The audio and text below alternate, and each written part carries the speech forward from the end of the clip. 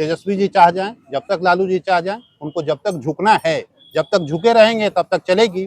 जिस दिन अकड़ होगी तो ये गठबंधन टूट जाएगा। नीतीश जी देखिए वो बेफिक्र हैं, उनके पास विकल्प है, आरजेडी के पास कोई विकल्प नहीं है।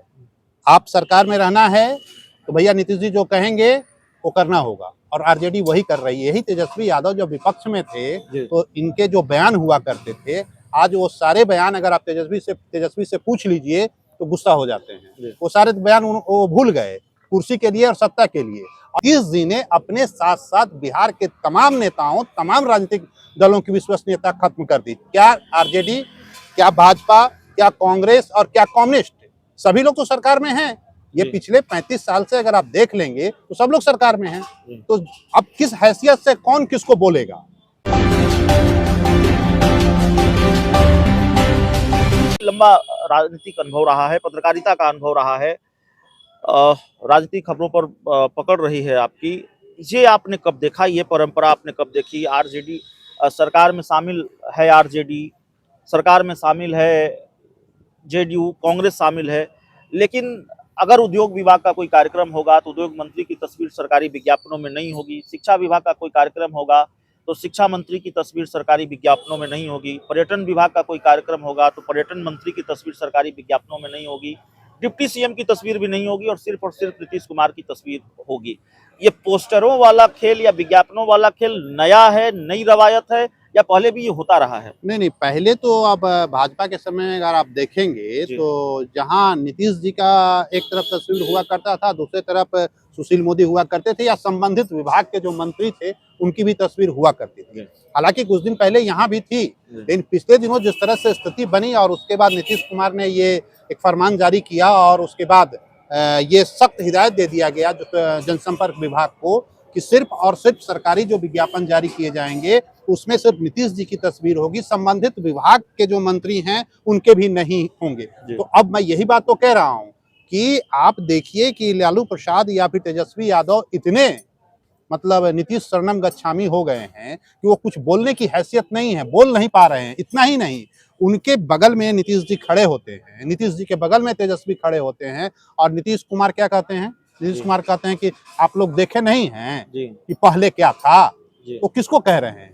तो नीतीश जी तेजस्वी के सामने उनके माता पिता के का जो शासन काल था वो तो उनके सामने कह रहे होते हैं। तो तेजस्वी उस हैसियत में नहीं है कि नीतीश जी का विरोध कर पाए। तो आप सोच लीजिए, आरजेडी सबसे बड़ी पार्टी होने के बावजूद भी, आरजेडी के बल पर ये सरकार चल रही है, लेकिन उसके बावजूद भी न लालू प्रसाद, न तेजस्वी या आरजेडी का और दूसरा कोई लीडर तो है नहीं उस हैसियत में कि नीतीश जी को कुछ बोल पाए।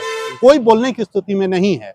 वो आप देख लीजिए कि ये एक तरफा आप नीतीश जी जैसा चाह रहे हैं वैसे सरकार चला रहे हैं। सवाल यही है कि जब खेल यही चल रहा है कि आरजेडी को एक तरह से अगर पोस्टरों और विज्ञापनों के लिहाज से देखे तो आरजेडी को तो सरकार से बाहर कर दिया नीतीश कुमार ने, क्योंकि आरजेडी कोटे के किसी मंत्री की तस्वीर नहीं, यहाँ तक कि डिप्टी सीएम की तस्वीर नहीं। इतना बड़ा कार्यक्रम गांधी मैदान में हुआ, नियुक्ति पत्र बांटे गए नवनियुक्त शिक्षकों को, उसमें शिक्षा मंत्री की तस्वीर नहीं, डिप्टी सीएम की तस्वीर नहीं, विज्ञापनों में नहीं, पोस्टरों और बैनरों में नहीं।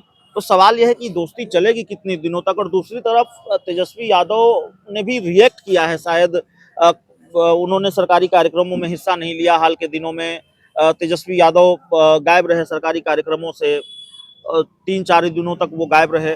तो ये दोस्ती चलेगी क्या? इस दोस्ती की एक्सपायरी डेट आ गई है। नहीं, ये एक्सपायरी डेट तो आ गई है, लेकिन ये तभी जब तक तेजस्वी जी चाह जाएं, जब तक लालू जी चाह जाएं, उनको जब तक झुकना है, जब तक झुके रहेंगे तब तक चलेगी।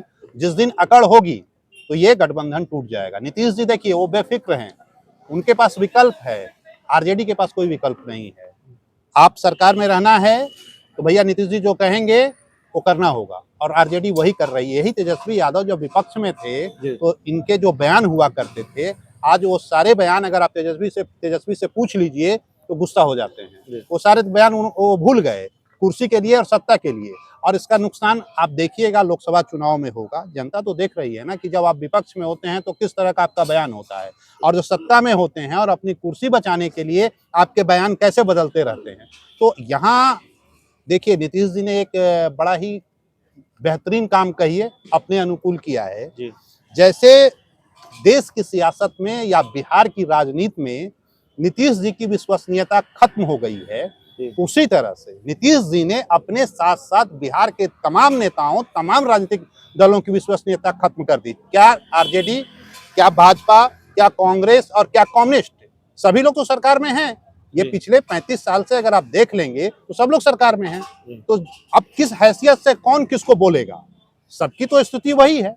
तो ये अपने भी साथ साथ इनकी भी विश्वसनीयता उन्होंने खत्म कर दी है, और इसका खामियाजा आप दबे जुबान आप देख लीजिएगा, आरजेडी कार्यकर्ता से बात कीजिए तो वो भी अक्सर इस बात को मानते हैं। जी। तो अभी कुल मिला के स्थिति है, नीतीश जी के पास विकल्प है, इनके पास विकल्प नहीं है। जिस दिन नीतीश जी के पास विकल्प नहीं होगा तो वो भी डाउन हो जाएंगे। फिलहाल उनके पास विकल्प है, इसलिए अकड़ में उनको कोई फर्क नहीं पड़ता कि भैया ठीक है, आरजेडी नहीं है तो बीजेपी तो है।